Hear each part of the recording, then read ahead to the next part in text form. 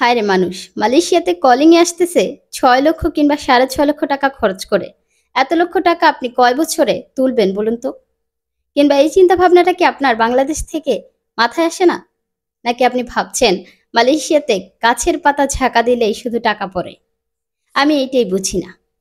হয়তো আজকে কথাগুলো শুনতে খারাপ লাগবে, তবুও সত্যি কথা সবসময় তেতো।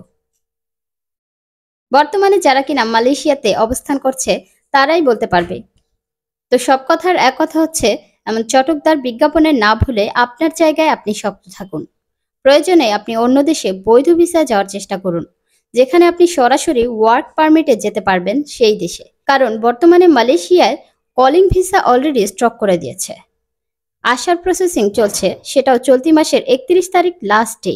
মালয়েশিয়ার সরকার চলতি বছরে নতুন করে আর কোনো নতুন শ্রমিক নিয়োগ দেবে না। যে সংখ্যক শ্রমিক আসবে এবং ৩১ তারিখের মধ্যে ঢুকবে সেটাও যাচাই বাছাই করে দেখবে কোনোখানে আবার শ্রমিকের চাহিদা আছে কিনা। যদি চাহিদা থাকে তাহলে পরবর্তীতে যদি মনে হয় যে এখন আবার শ্রমিকের প্রয়োজন, তখন খুলবে। তবে সেটা কখন খুলবে আপনি আমি কেউই কিন্তু জানি না। ধন্যবাদ।